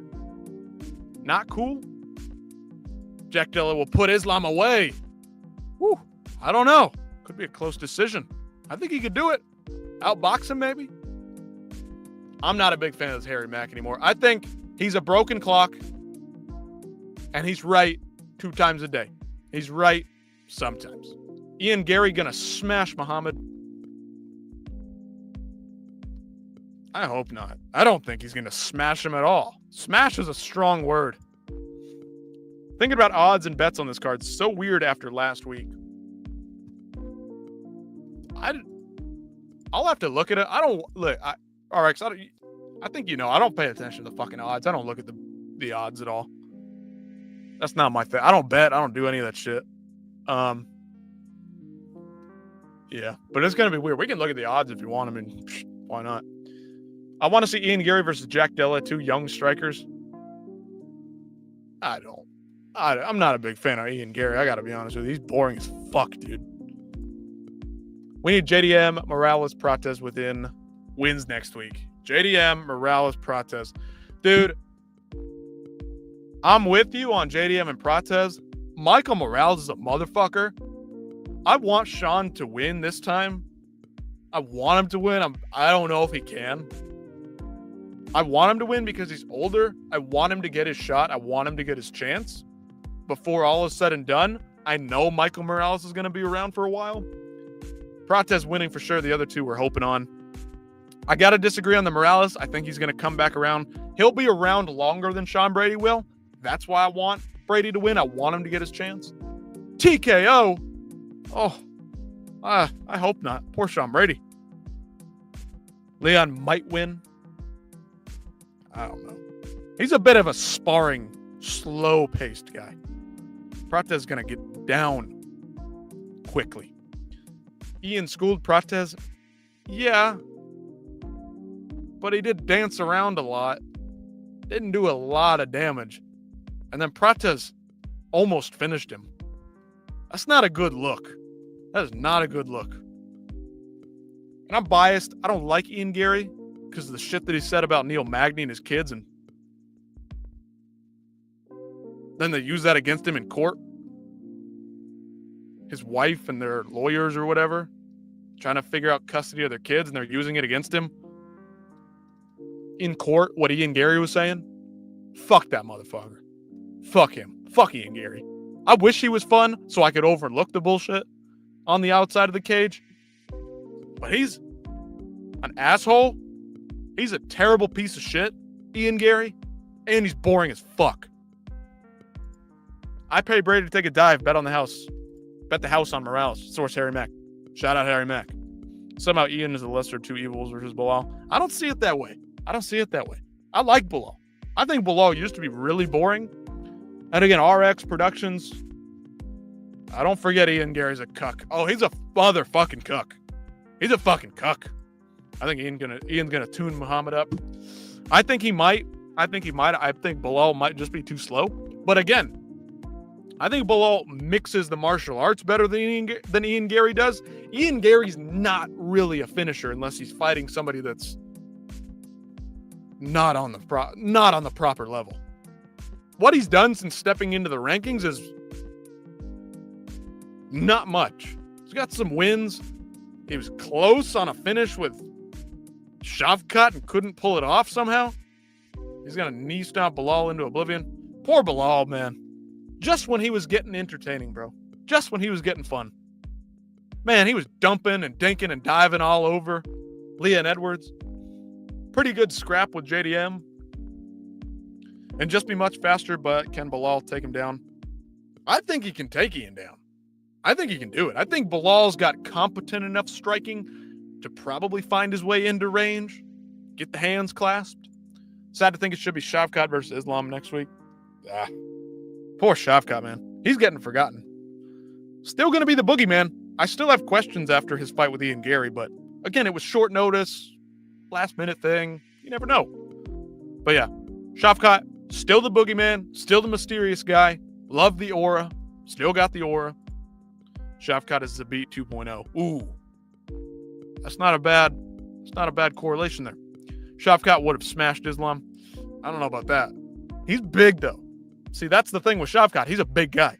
6'4", not thin, pretty long too. I mean, he's dense. Those Kazakhstan guys, that region of the world, they're very dense dudes. Oh, neck crack. But yeah, productions. Harry Mack seems to be a pretty non-Christian type of guy, and I got no problem with that. Again, everybody welcome here, and I don't care. We're just talking fights. But I don't like that. He fucked up. He made a mistake. Harry Mack did, and then he turns it on Factory X for ask. They asked for prayers because they're getting attacked by people who listen to Harry Mack. Harry Mack caused them to get attacked. And then he's playing the victim here. Fuck you, dude. Who the fuck are you? You fucked up. You put the word raid in there, and it wasn't a fucking raid. Because you're a clickbait piece of shit. You're just a rage baiter. And you've been right on one or two things. Good for you. Ariel gave you a shout out. Who fucking cares? If Ariel gave me a shout out, I'd be like, whoa, hey, that's cool. But I don't give a shit. What the fuck is Ariel Helwani going to do for me? Going Valor Whaley, 2 belts. Oh. I kind of like the Valentina Shevchenko and Ronda Rousey shit they've got brewing up a little bit. That's starting to cook. I can see it. Win or lose for Valentinas, but I got to lean Whaley, man. Dude's name is Harry Mack. Are we shocked? Yeah, Harry Mac and Cheese. Like, fuck off, dude. Plus, he looks like a mess. I'm not going to lie to you, RX. I mean, RX hides behind the veil of the camera. We don't know what he looks like. We don't know who he is. But it doesn't really matter. Seems like a decent guy. You giving Ariel a shout out? I mean, I appreciated him for doing what he did with this whole situation with the betting shit, but I don't really like it. I'm kind of, I don't love Ariel. I take him for what he is. If he's going to tie his name to something, it's probably going to be truthful. Harry Mack, on the other hand, is just a vigilante journalist. He doesn't answer to anybody. He just does whatever the fuck he wants, but he wants to be taken seriously. And he's got a massive ego. And I got a problem with that. Got a problem with the egos thing. Oh, I got shouted out by Ariel Helwani. I'm legit. Everything I say is legit. And you can trust me. Fuck off. Who are you? You got one thing right, buddy. Good for you. I don't fucking care. I'm not listening to you. Oh, boy. Oh, boy. What else is going on, fellas? What else we got going on out there? I'm running out of steam here, boys. It's been a long day. I just want to see. Bulgarian through the fight. Thanks for the update, Mac. Yeah, I mean, like, not dip. Again, maybe he's been right on a couple of things, but it's again like, where are you getting your information? Who's your source? Because you're of course he's not going to out his source if he's got a real source. It just seems like he's a guy who's tied to the fighting world that's talked to some people. He hasn't confirmed or denied this with a second source. He hears it from one person and is just going to run with it. Again, if Jason Herzog has been audited by the FBI, which he claims, then why is he going to referee this weekend? Trust me is the best source. I mean, of course, RX. You say it, it goes. I mean, if you tell me that Kayla Harrison is going to move down to strawweight and fight Mackenzie Dern for the belt, I believe you 100%. I know that. I know for a fact that's going to happen because you said so. I trust you. I swear. I swear, bro. Trust me. Yeah, fuck off with that shit. You're just an egotistical, small-minded child who wants to be a journalist. He did say that he works in fight promotions, RX. It seems like he's trying to just discredit some management groups or some gyms or the UFC themselves. Now, I'm skeptical of it all. I question the whole thing, everybody involved, from the sports books down to the fighters. I question them all. But I think this motherfucker's got something out for Dana White and the UFC and the managers and the judges. And I don't know. Maybe he's got, it just seems like something personal. And that, to me, instantly makes you an untrustworthy journalist. White House main event is Kayla versus Pena 2. Book it right now. Inject it in my veins. Kayla Harrison versus, I forgot her name, Juliana Pena, number 2. Harry Mack bets on Dolgiri. Ooh. You think he's trying to shift blame here? I wonder if he knew Isaac and then he's trying to like move it around and frame it on somebody else. And oh, it was Isaac was just the victim. Isaac was just the victim. It was everybody else. He still did it. He still fucking did it.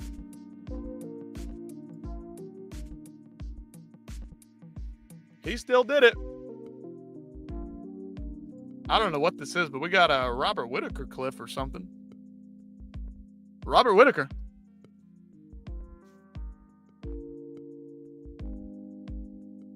I don't know what that is. Never mind. I'm not even going to show you. It looks stupid. Oh, boy.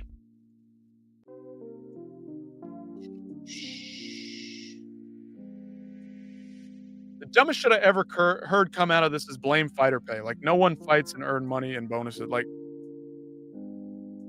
no win fights. Dumbest shit I ever heard come out of this is blame fighter pay. Yes. I agree with that. RX, I think you watch more than just UFC and MMA. I don't really. But the NBA scandal, Chauncey Billups, you're telling me that guy doesn't have over $250 million in the bank? The coach of the fucking Trailblazers? You know how much money these guys are making? Terry Rozier's making like $20 or $30 million a year. It don't matter how much you make. Now, to be fair, to play a little bit of devil's advocate, but I don't think I'm playing devil's advocate. I think I'm just being fair here in a conversation, RX. Of course, you are more susceptible when you're making less money. Of course, Isaac Dolgarian, who's been pretty damn inactive, isn't making a ton of money, right? So he's more susceptible to getting approached and offered $50,000. Goated channel here. Yes, sir. You know why. It's because you guys are here. Not because of me, because you guys are here. People in sports are just dumb. And people that watch sports are stupid. I mean, we call each other stupid and idiot, but it's in a, we got some camaraderie here. Ask a question. Isaac, former Gym Factory, Muay Thai was raided by the FBI. It wasn't. Productions, you missed out.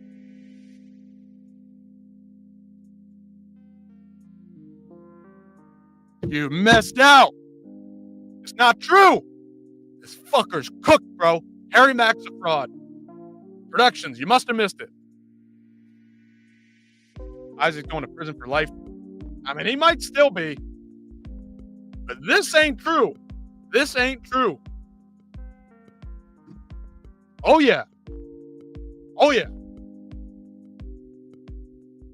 This little twerp,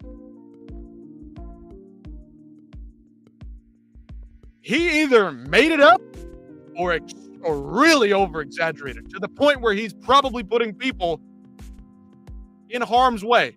Probably not physically. Like, trolls coming out. You know what people do on the internet. They'll find your address. They'll find everything and post that all over the fucking place. Productions. Now, I don't know if you're a God-fearing man or a religious man. Again, we welcome everybody here. We welcome everybody here. We may say some mean words and be a little bit non-PC, but this is why I can't believe everything here on the internet. But honestly, Ariel usually doesn't vouch for frauds like this. No. Hold on, production. Hold on, back it up. Productions. Ariel vouched for a specific tweet, for a specific piece of information. He did not vouch for everything that Harry Mack was saying. Again, he claims that they're auditing Jason Herzog. But again, tell me why then Jason Herzog is going to be refereeing some fights this weekend. Tell me that. If they're auditing him, why are they doing that? He also said that the FBI called Dana White. Why would they call Dana White? They are not monitoring the fights. It's these other third-party sources that are. The IC360s. Vouched for the tweet, but not him. Not him. Herzog in 100 fights flagged. Now, there might be 100 fights flagged. It's possible. Dana White's obviously going to try to cover that as much as he can. Herzog is refereeing this weekend. I haven't heard that he isn't. Wouldn't we have heard that he's not going to be? Now, I don't know if he's going to be at the UFC. These guys work every weekend. We could probably figure it out. I don't know where.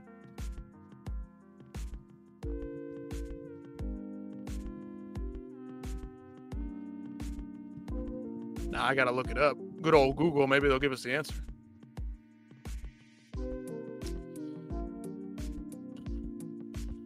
I don't know. I don't know where to find it, but we haven't heard any mention that Herzog isn't going to be involved in this. But if he's been audited, we won't ever see him referee again, or at least for the foreseeable future. Maybe Harry is a fraud. So look, he says that Factory X was raided, that they've been raided by the FBI. And I've already said this, Productions, maybe you can run it back, rewind the tape for earlier, but breaking update. The FBI's raided Factory X. No arrests at this time, but they're confiscating phones and conducting interviews. I go right to this comment. This one sticks out immediately. Hey, dumbass, Harry Mack. Do you not realize that without a search warrant, no law enforcement agency has any sort of legal authority to confiscate a person's cell phone, and without probable cause, they aren't getting a warrant? So tell us, as a UFC insider, did the FBI produce a search warrant today at Factory X? Why don't we start there? Where's your information? Where's your source on that? Uncle Chell, the only real source of news. Only one. Factory X themselves, and of course, how would they be able to lie about this? There's people that walk the streets of Inglewood, Colorado that would have seen this shit go down. Somebody would have pulled their phone out and see a mass raid where all these FBI guys run in the gym and confiscate phones. Their official statement here. I think Harry Mack is a broken clock. I think he's trying to make a name for himself, but he doesn't know what the fuck he's doing. I think he was right a couple of times on a couple of things. He got shouted out by Ariel Productions. You were in here this morning, or when was that? Last night, yesterday? We talked about this. I watched that interview. This guy has a serious ego problem.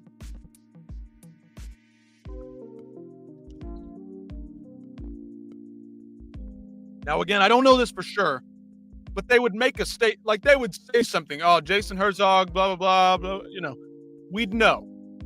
We would know if Jason Herzog was not refereeing. Total bullshit. Maybe he won't. Maybe Harry Mack's all right. Maybe he's correct on that one. Maybe he is. I don't believe it. We would hear about this. We would know. Yes, you're very good at reading people. I'm no fucking genius. I'm just reading. Now, again, I just think Harry Mack is correct on some things, not all of them.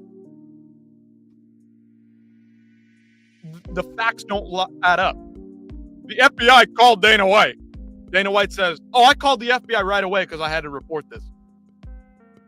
Why would the FBI be monitoring when they don't have the facilities to do so? That's what the IC360 is for. I just mean I could tell the same thing. Bro's got an ego problem. That's my only issue with him. That is the root of this problem. He won't stop running his mouth.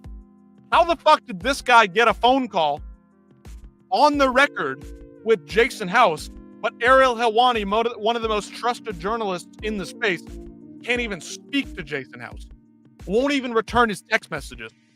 But Jason House will call up Harry Mack and talk to him? Why would he do that? Maybe because he knows Harry Mack? And Harry Mack was said or didn't say anything about this being on the record and him posting this. This guy's probably burning bridges to put out information to try to make a name for himself. These journalists that are in and around this sport that actually care about their craft are going to shut this motherfucker down quickly once they figure out what's going on here. I don't think this guy has two sources. And in Journalism 101, you do need two sources to confirm information. Cross-reference.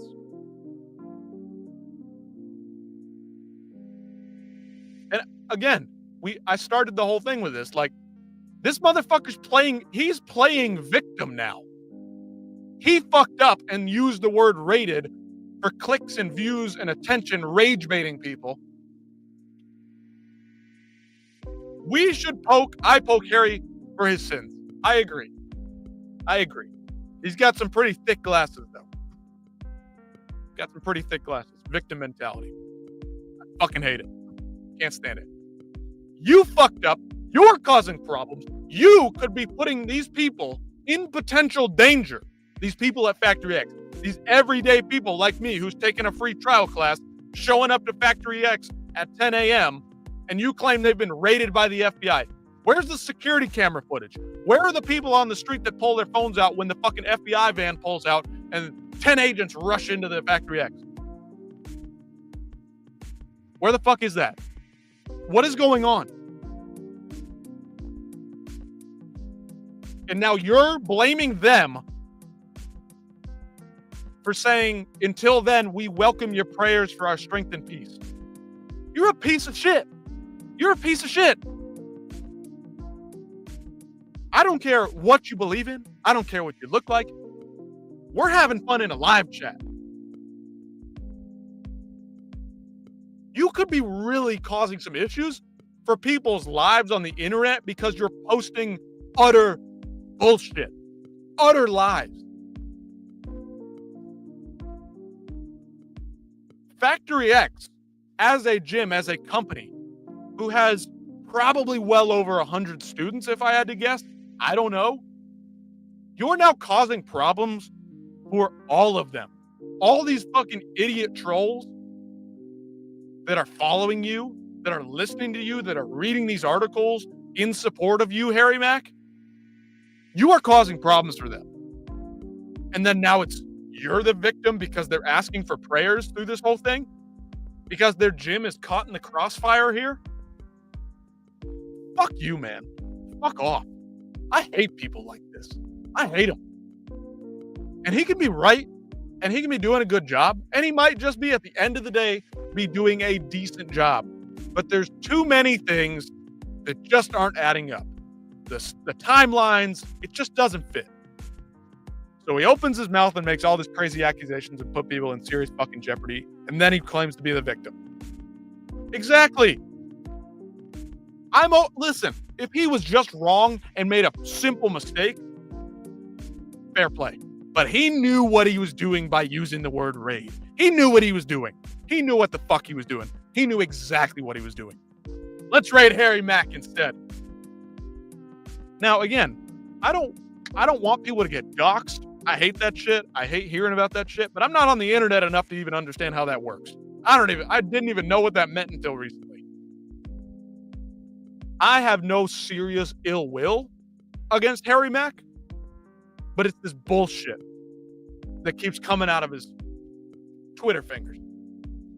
I didn't know that Jason House doesn't talk to Ariel. Well, he didn't. Ariel tried to reach out. He said it on the show. I tried to reach out to Jason House, wouldn't talk to me, but he would talk to Harry Mack, allegedly. Why? If you got nothing to hide, wouldn't you be upfront with Ariel? Maybe Jason House has something to hide.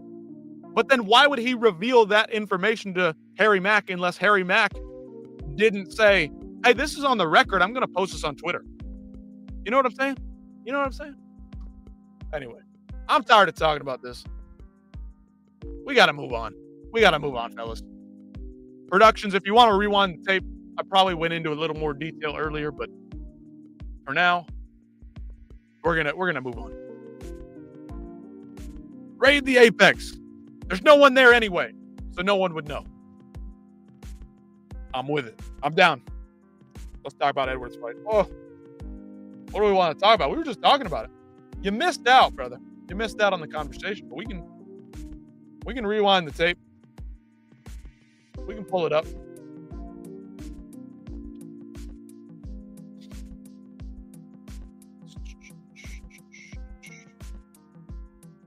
Why is it not coming up? UFC 322. Come on.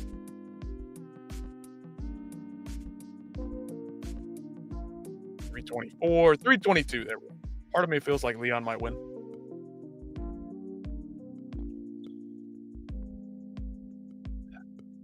I hope Carlos does some sort of insane knockout. I think Leon Edwards just doesn't start fast enough, doesn't have a high enough pace to keep up with Carlos Prates. Brady absolutely broke Leon. Absolutely, you're right. I'm looking highlight reel KO here. I think Leon Edwards is on the wrong side of 35. I think Carlos Prates is riding high after that last win. Sean Brady already broke him earlier this year. I think Leon Edwards, if he's going to win, it's going to be a sharp Ian Gary-esque performance, poking and prodding from range, keeping safe, staying out of danger. Leon did pretty good against Muhammad. He was smashing at the end. Brother, he had like a minute of good work on the ground with the elbows. I mean, where was that the entire fight? Him and Fabian Edwards do the same shit. They're slow, so slow. It's like they're sparring out there. Anytime it's not going perfectly for them, they cannot fucking fight. If my fucking grandpa went in there and put some pressure on Leon, he wouldn't do shit. Dumped on his fucking head, though. Leon said after he beats Carlos, he wants to fight Ian Gary. I like what Leon Edwards said. Or said it, like, when was that? Yesterday? Pretty apt analysis. Pretty realistic. I beat Prates. I go beat Ian Gary. I fight for the belt. Pretty realistic. Yeah, it has to be perfect for him. It's like they gotta have this perfect range and perfect timing, and they can't be doing this, and this guy can't be rushing and crashing forward like Bilal Muhammad, like Sean Brady, like Kamaru Usman. Leon's only 30. You think I fucking care, bro? I don't give a shit about Leon. Fabian had a crazy head kick knockout, though. Yep. That's what I'm talking about. So I'm guessing they're going to do Usman Shafkat. That's what it looks like. That's what it looks like. We can pull up the rankings, too, but I think Carlos Prates is going to get a knockout win here, but Leon, let's be honest, he could outpoint him like Ian Gary did. But Carlos Prates also, in surviving and then getting a really good finishing sequence in the 4th and 5th round of that fight with Ian, shows me that despite smoking cigs, this guy's got pretty damn good cardio. Still got time left. I don't think Marty's going to take that fight. I don't think he takes it either, but it seems like the fight they're going to try to put together. We'll pull up the rankings and take a look. Who else is messing around in the welterweight rankings? Or the middle welterweight? Is Kamaru going to fight 185 or 170? That's the question, too. Colby fights the winner of I can't wait. I can't wait for that one. I can't wait for Colby versus the winner.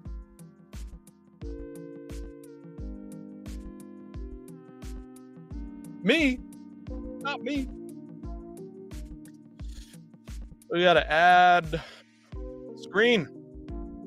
Why am I on the big screen? No. There we go. Okay.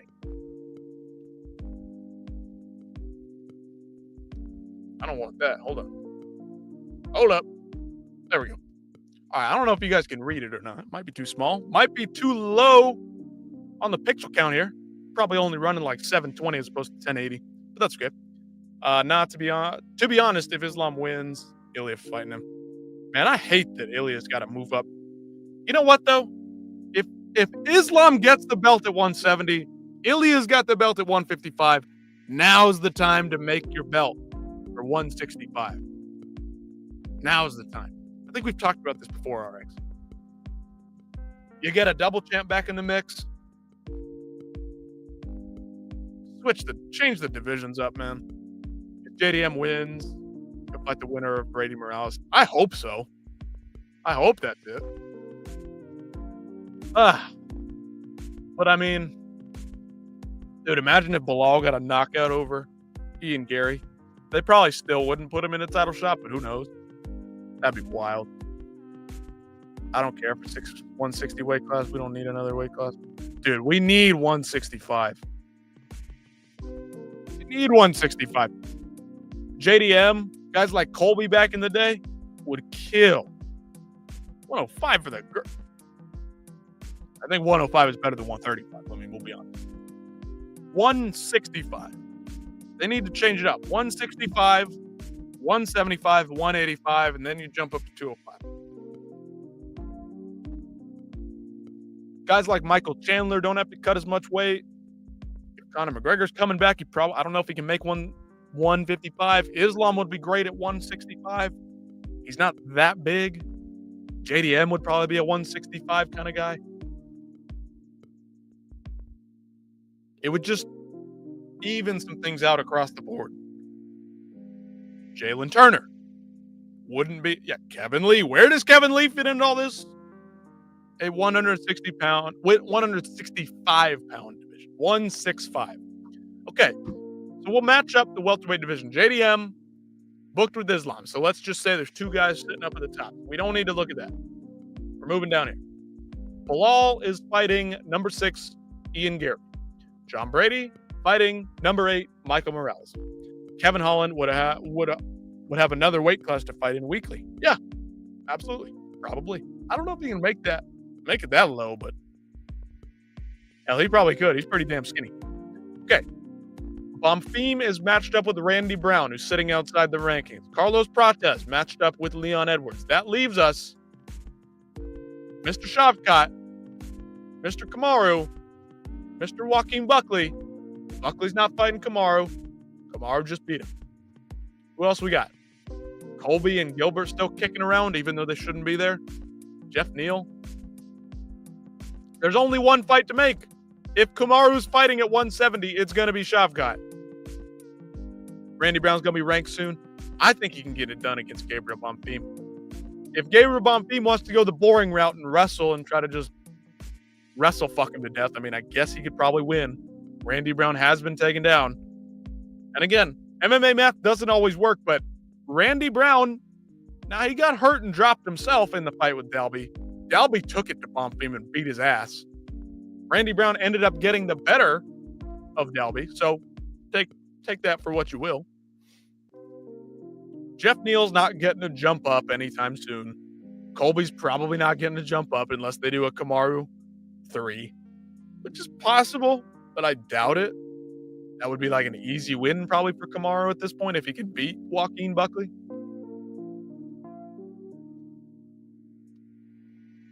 And again, maybe I'm wrong, but it felt like something was really wrong with Buckley in that fight. Like, it was just weird. Neal versus Renat Fakhretdinov. Maybe. Dude, Mike Mallet, Jeff Neal. I kind of like that. That's a good test. That's a good step up for Mike Mallet. Colby versus Burns at the White House. Run it. Two old guys. They've both been out for a while. Buckley, I don't know. I was kind of digging Buckley Shavkat, but then Kamaru beat him, and I'm kind of like, oh, Shavkat Kamaru, it works. Buckley Shavkat even, I don't know. I mean, maybe they're holding Kamaru out because he's a former champion, blah, blah, blah. B-Rod can fight Joel Alvarez. I'm with you on that. Fuck Daniel Rodriguez. I don't really know what. Well, I did hear something, though. Rumor is Daniel Rodriguez may never fight again. And he's had some run-in with something. So I don't know. But I don't really think Daniel Rodriguez. I think something was wrong with Kevin. I can't stand Kevin Holland. I think he's one of the. He's like John Jones, man. All the talent in the world, all the skills in the world, and just flush that shit down the toilet, man.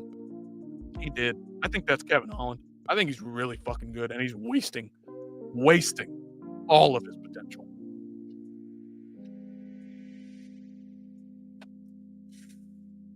I'm getting the end of my rope here, boys. RX, are you streaming tonight? I don't even know how to raid, but I'd try to raid you or whatever. I've heard people say that shit. You hopping on after this? Let me know. I will be booked for December in probably a week or so. Yeah, probably. Maybe he'll fight. Maybe they'll rematch. Maybe it'll be Mike Mallet again. Maybe we bump him versus Randy Brown. Winner if one of them gets a quick finish. I don't know. Who knows? But RX, let me know. Let me know if you're streaming. I don't know how to do a raid, but maybe I can raid you somehow. I don't know how to do that shit, to be honest, though. I don't want to lie. Well, I'm taking the night off. Got to record my breakdown for the card Saturday. Congrats on 700. I think we did hit 700. I don't really keep up with it, but man, I do appreciate it. I don't know how that happened because nobody watches my fucking videos, but that's all right.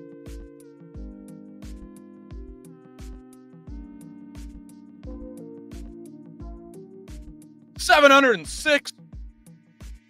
Fantastic. Look at us go.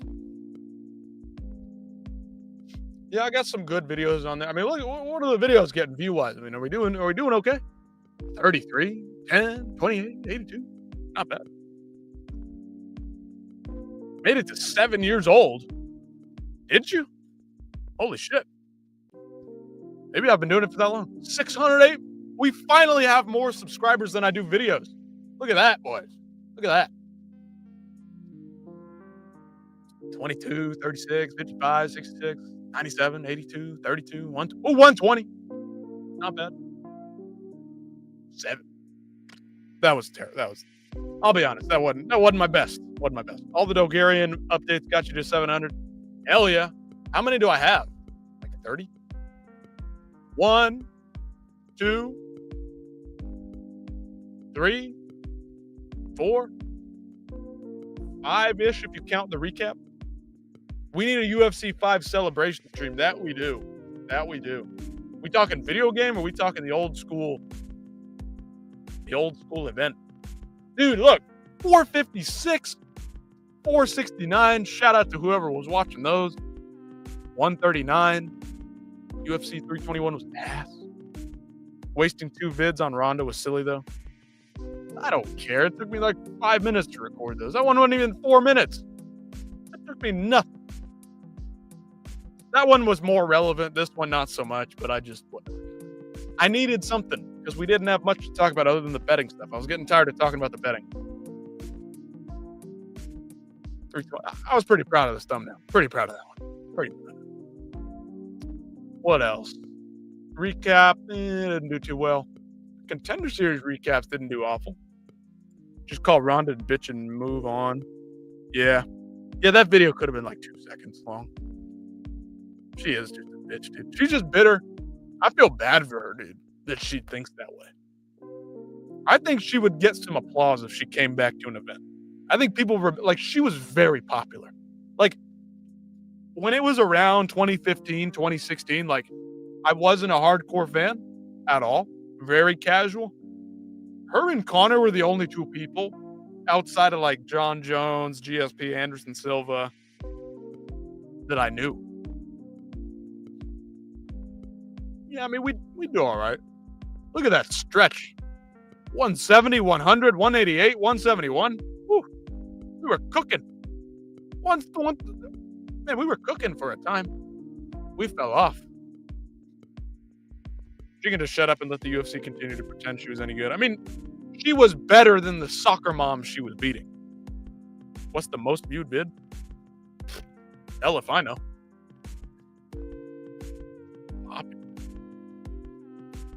Gordon Ryan goes off on CJI too. Shout out to the car recordings. I guess the jiu-jitsu stuff does pretty good, but I don't really watch jiu-jitsu that much. Jiu-jitsu. I mean, this one obviously is going to do pretty good.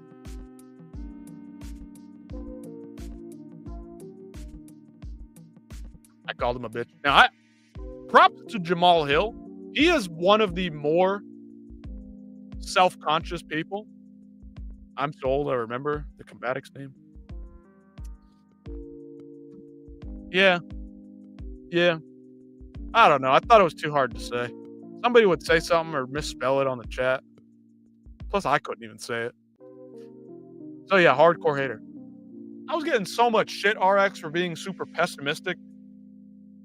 We gotta just roll with it. So I changed it up. Hardcore hater. It better reflects what's going on here. Did a collab with Speed. Hell yeah. That one did pretty good, but again, it's like Speed, who I don't even know very much about at all. I know he's like some streamer or some shit. Jiu-jitsu. Conor McGregor getting punched in the face. Jiu-jitsu. I don't know why that one did so good. I mean, that was fucking long as hell, that video. A lot of jiu-jitsu. I don't know, man. What about the shorts? 53,000. Holy fuck, man. I hope people don't recognize me. Jesus Christ. 36. Oh my. I hope people I know don't find this shit. Holy shit. This is just for fun. Just basically anonymous, but I guess not anymore. Oh my word, I got multiple 30,000 view shorts here, RX. Damn, bro. We kind of cooked. Shout out to the 700 subs.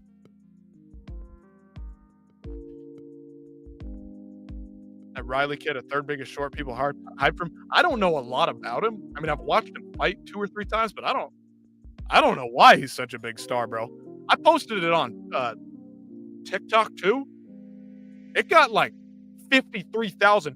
Shamrock is a fighter who also trains out of that, not Birmingham, but Liverpool area. Shamrock. He's fucking massive.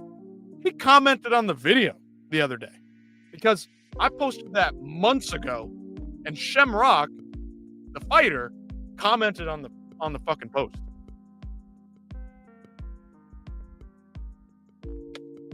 Not gonna brag here. Might have to pull a Harry Mack here and really brag about that. I just don't. It's cool because I want to hype him up. I want to give credit to the fighters who are pretty badass and underrepresented. Narulo, Aliev gonna smash Shamrock. Riley should win, both debuting in Qatar. Oh yeah, they are both on the same card. That's interesting. Bogdan Grad for Luke Riley. Yeah, I'm a little worried for Shamrock. I'll have to make a video about him. Maybe that'll pump some numbers up. if I at him on TikTok and he can see it and then repost it.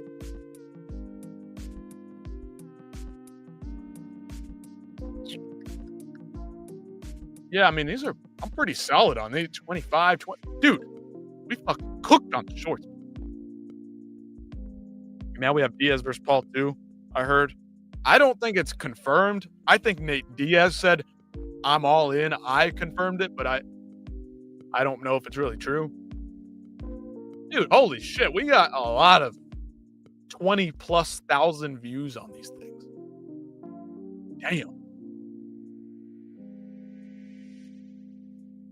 Damn. I didn't even know that. This is how you know Bo Nickel's not a star, RX. This is how we know Bo Nickel's not a star, boys. 33, 28, 82. And Bo Nickals gets 10. Fuck off. You're clearly doing shorts wrong. Well, if we pull up we can pull up your page. I mean, you get more live stream viewers than I do.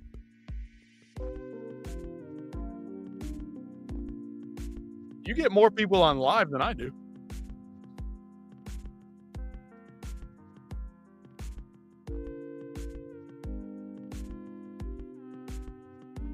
Can't find you.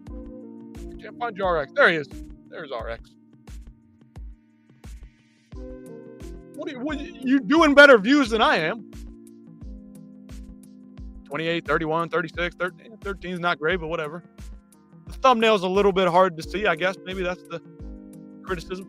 71. Or come on, bro. 221. Woo. 500.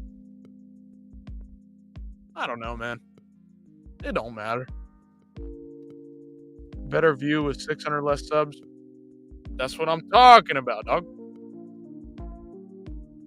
Maybe it's the sideways thumbnail. I don't know.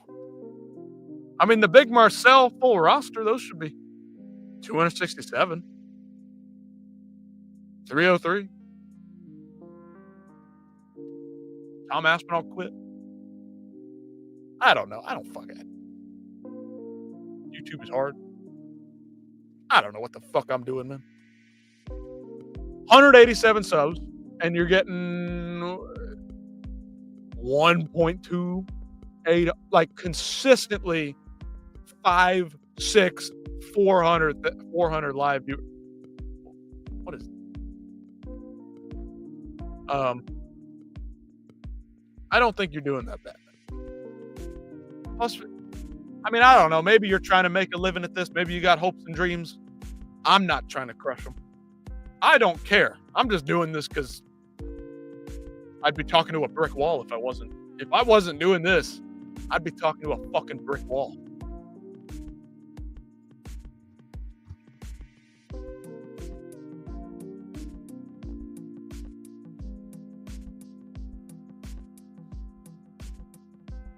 I'm just an idiot who likes MMA, man. We're just doing the thing. I got you linked on my channel. Wait, what? What are you talking about? What does that mean? What?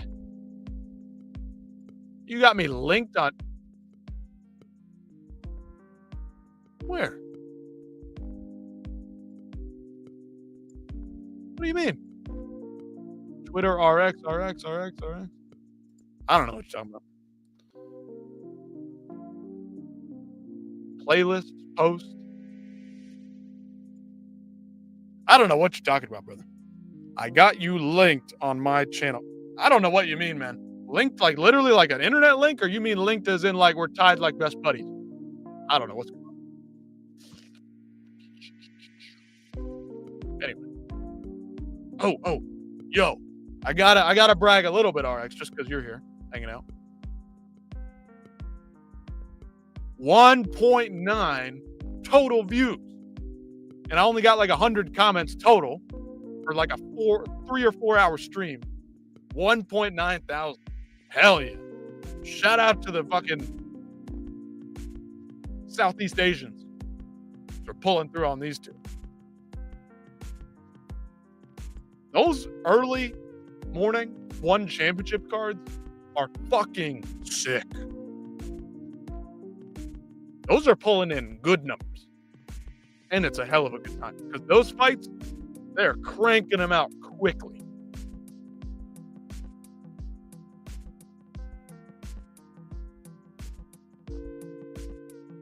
They're cranking them out fast. Speaking of that, we gotta cook up a thumbnail and post a scheduled live stream here for that one. We're only a couple hours away. I lost track of time. RX, you're too easy to talk to, man. Too easy to talk. I got 0 posts. We got a new thumbnail style for the... Dude, I was fucking pissed, man. I posted this Dante Johnson thing after I saw the news that he was taking the fight, and then I made the thing.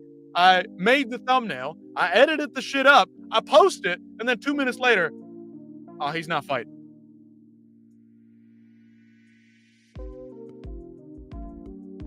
I was mad, bro.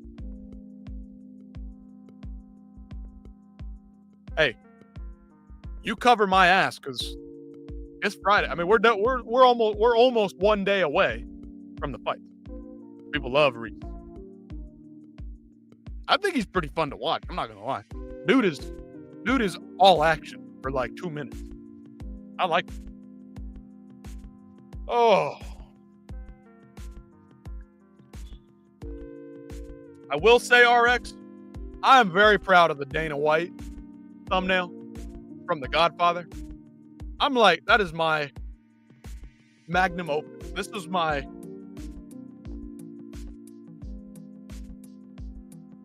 I was very proud of this one. Should have done Yanez versus McVeigh. Run it. You know Yanez is winning that one. But RX, I was pretty proud of this one. I threw it in the old Grok on Twitter. One of my friends put me on Grok and said it can like animate videos and some shit. So he's making his friends kiss each other on like Grok. I put an image of Dana White and a picture of The Godfather with, Corleone. And I said, put Dana White's head on The Godfather. And Grok did it. And then I had to doctor it up, put a little blur on there. Sharpen it up. Make it look nice. For 82 viewers. All that work for 82 viewers. You know what? I appreciate all 82 people that watch that shit. Somebody even linked it in an article they wrote.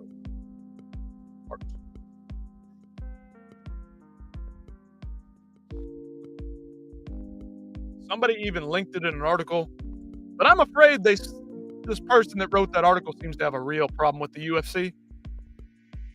A bit biased. So I don't know if I really dig that. I don't like the biases. Now, everybody's got their biases, but my biases come in the form of which fighters I like and dislike and want to win or don't want to win. Oh, RX. RX. I'm not a big gamer, but we have some tragic news, ladies and gentlemen. If something that has crossed from the mainstream onto my Twitter page, then it's massive. I'm not a big gamer, but man, that's tough. I thought it was coming out like 3 years ago. And then I thought it was coming out this year. And now it's coming out in 2026? November, no less? Oh, boy. What's going on?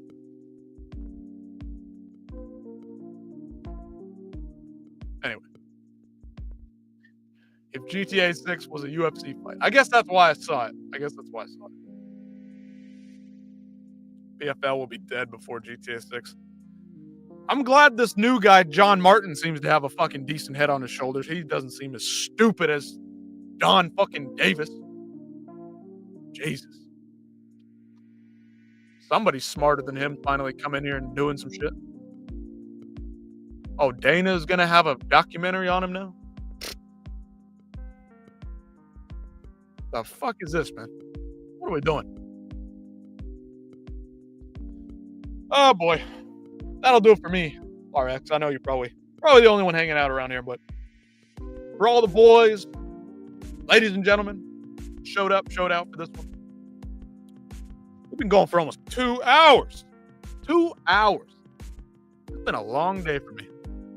We need more Power Slap recaps. Oh, yeah.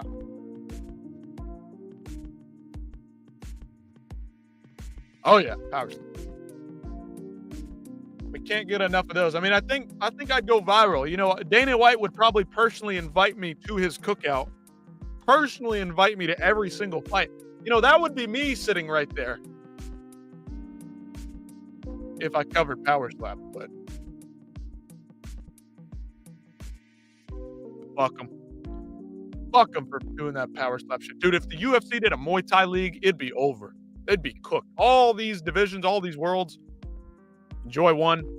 We'll be there bright and early. You can sit next to the 45-year-old Nina Drama. Oh boy. That'll do it, boys. That'll be it for the night. Of course, you know I want to sit next to the 40-year-old Nina Drama. Industry play. Anyway, yes. Anybody else out there watching this live or after the fact, we'll be streaming the One Championship stuff, barring any personal work stuff that pops up. We'll see. Stay tuned. May or may not happen. Try to make it happen. Want to make it happen. We'll make it happen. We'll squeeze something in there. But shout out RX. Judah was in here earlier. Tazzy Devil was in here earlier. Productions was in here earlier. Western Mass. We had a good crew. We went the full 2 hours. I wasn't just yapping for 2 hours straight. You guys were in here. So I appreciate it. Everybody out there. Remember, like, share, comment, do the whole thing, whether you're watching live or after the fact. Let's get this thing rolling. Let's get this thing going. Let's try to beat out RX. Let's try to beat these views. Let's do better than 10 views per video, huh? Let's do better than 10 views per video. Let's do it. Maybe that's just a function of Bo Nickel being a non-star. But anyway, that'll do it for me. You guys have a good night. It's been a good time. Been a fun time. Been the best time. What can I say? Other than good day, good night, good evening. See you tomorrow. See you soon. See you in another life. We'll see you on Saturday. Recap the fights. We'll be there. Live and in person. Sitting right here. On the bench. With the table and the camera. Anyway, that'll do it. Again, like, share, comment, subscribe, do the whole thing. Let's get this thing going, get this thing growing. It's been a lot of fun hanging with you guys. Oh no, RX. RX. No.